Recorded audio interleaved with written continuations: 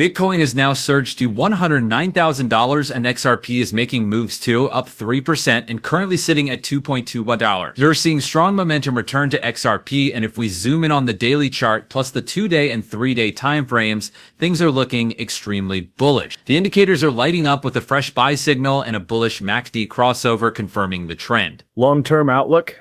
Very positive. We've been discussing this in past videos. XRP insiders have been hinting at a major breakout this month, and everything is lining up for that scenario. Not to mention the Ripple versus SEC case could wrap up any moment now. Judge Torres may soon give the final green light, and the SEC could be backing off from their appeal altogether. All in all, based on current data, XRP is showing real strength, and with Ethereum, Solana, and other top cryptos also gaining ground, the market overall is looking healthier than ETFs now control a massive 7% of the entire Bitcoin supply, just in about a year and a half. That's over 1.4 million BTC, currently valued around $150 billion, essentially taken off the market and locked away since 2022 and beyond. This is setting the stage for a major supply crunch in crypto. That 7% figure is no joke. It's a huge deal. And here's the kicker. We could be seeing a similar pattern unfold with XRP in the near future. We're now seeing 5 major companies gearing up to establish an XRP reserve, actively buying and locking up XRP from the open market. This is big and it's happening fast. One of the headline stories in the past 24 hours, Chinese firm Webis has secured a $100 million equity agreement with Ripple Strategy Holdings to rapidly expand its XRP treasury strategy. They're preparing to scoop up serious amounts of XRP. This is a clear sign that a supply crunch could be incoming. Meanwhile, over in the Bitcoin world, design platform Figma has revealed it holds about $69.5 million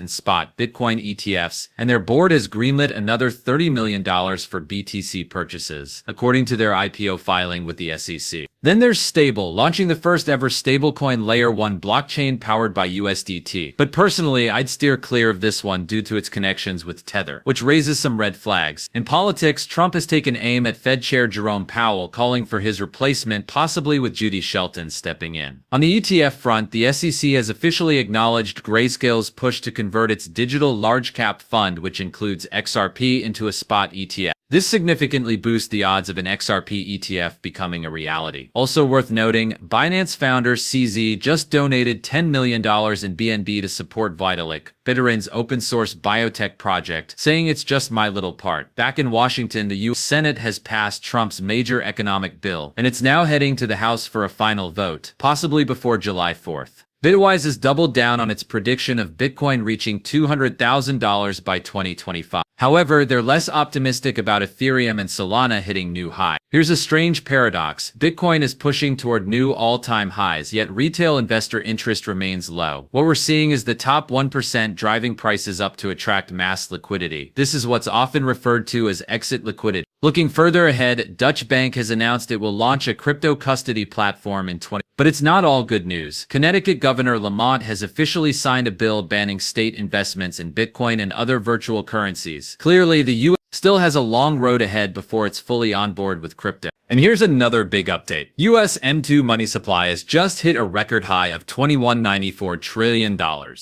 Historically, we've seen a strong correlation between the crypto market and the M2 money supply, so this could signal that crypto is gearing up for its next major rally.